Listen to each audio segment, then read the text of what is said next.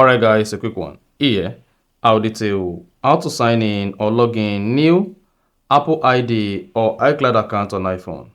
So if at the end of this you found this offer informative, please don't forget to like and then subscribe. Now the first one to do is go ahead and open the settings app.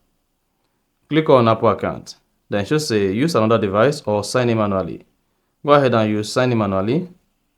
Then go ahead and type in your Apple ID email.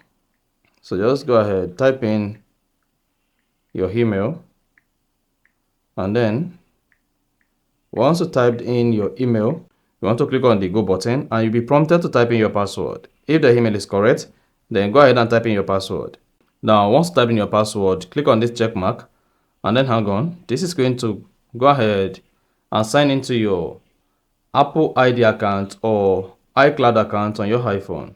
Then it should say signing in. Now, this is going to sign in your account and this might take a couple of seconds before the process is going to be completed.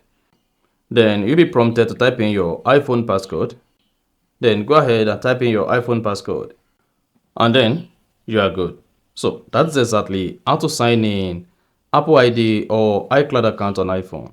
So if you found this offer informative, please don't forget to like and then subscribe.